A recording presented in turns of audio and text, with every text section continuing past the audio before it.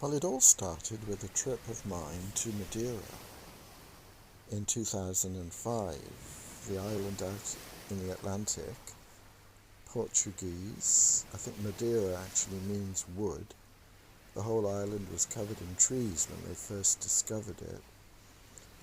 And I mentioned to my late aunt that I'd been to Madeira, and this evoked a response from her that my grandfather and great-grandfather had been to Madeira, and this must have been back in the 1880s or 1890s when my grandfather was a boy. And this has led me on a trail down the London to Bath Road, down to Newbury, Kintbury, Woolhampton, and the trail hasn't gone cold.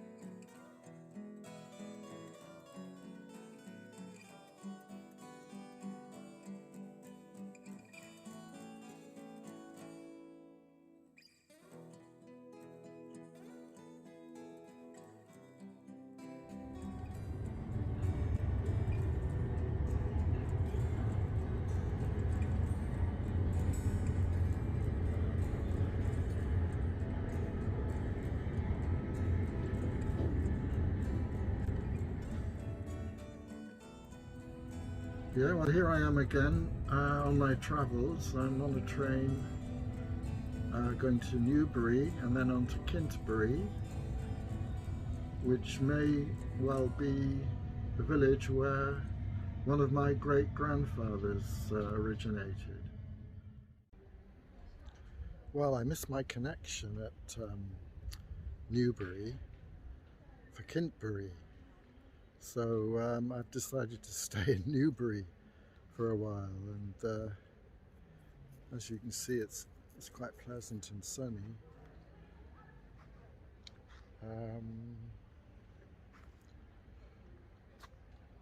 Certainly, my grandfather used to come to Newbury because there is in existence a photograph of him taken about 1900 when he must have been in his 20s. And it was either taken or developed at a photographer's studio in Newbury, somewhere around here. So my grandfather was clearly living near Newbury. That's Herbert Jeffreys. His father, John Jeffreys, was from Kintbury. And the two of them, my great-grandfather and my grandfather, at some point went on holiday to Madeira with a wealthy family that lived around here, and the next step is to track down who this family are. Right, as you can see, I'm back on the train again at Newbury, setting off for Kintbury. So should only be about 5 minutes. See you then. So this is the train journey from Newbury to Kintbury.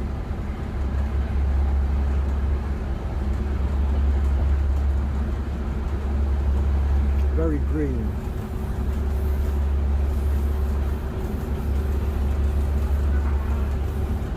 Very hot afternoon now. But past few weeks we've had quite a bit of rain as well, so everything's very lush and green.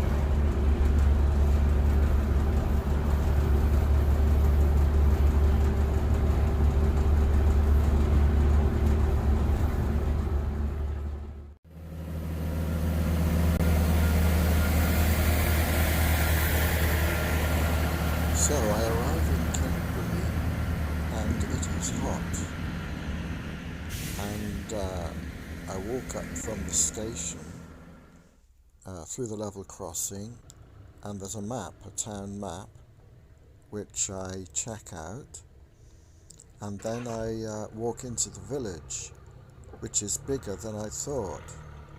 So after a bit of a wander in the heat, I think that's probably enough for today, and I just ended up standing by the Kintbury Lock. I wasn't sure what I hoped to find in Kintbury. I just wanted to go there to see the place where my great-grandfather, John Jeffreys, was born around 1840. And if you remember at the beginning of this film, there was a census record that said he was living in Woolhampton in 1881.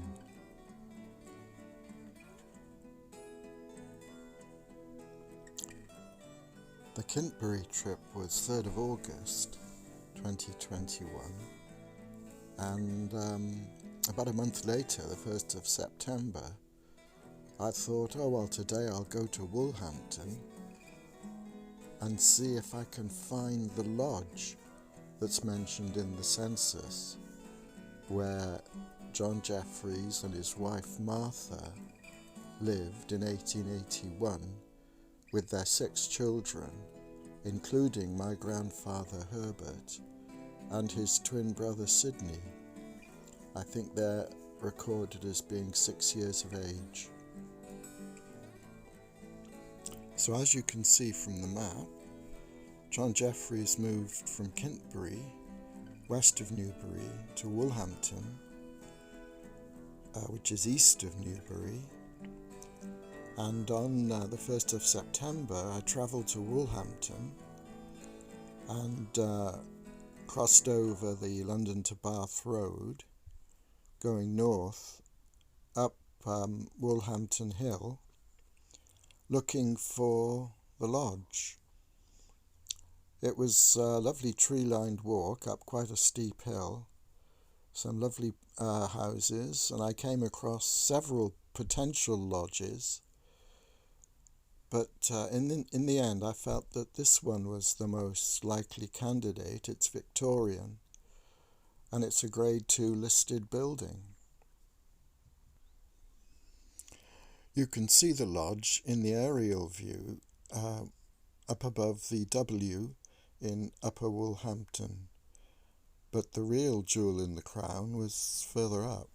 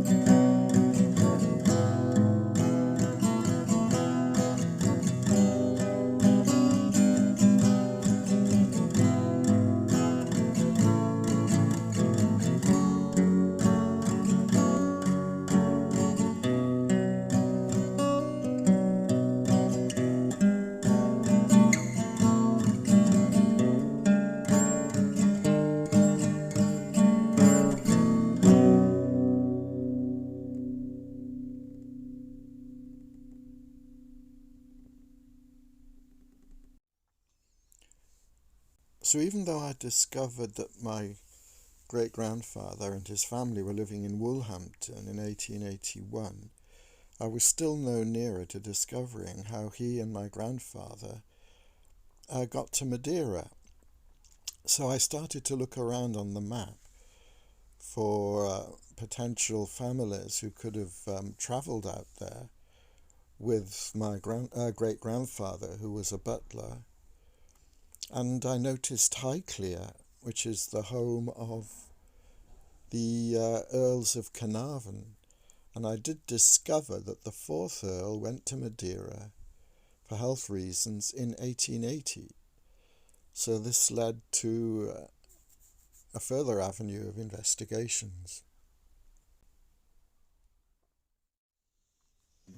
I did a search on the internet specifying 4th Earl of Carnarvon and Madeira, and came up with quite an interesting collection of items, one of which was a letter that the 4th Earl had written, I think, to the Spectator on the 1st of January 1881 from Madeira.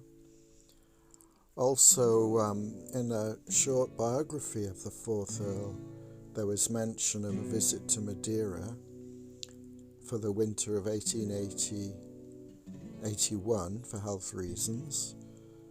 And also I found out about a man called John Kent, who was the personal secretary to the Earl of Carnarvon, who had a home on Madeira. He lived there part of the time, and it could well have been him that the Earl and Countess visited. And he's written about it in letters, and I'm eagerly awaiting a copy.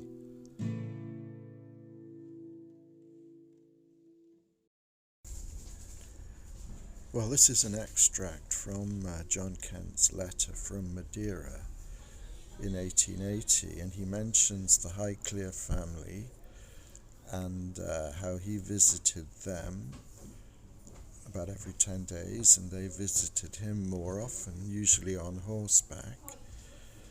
And as you would expect, there isn't any mention of anyone else. So that looks as though it's it. That's the end of the trail.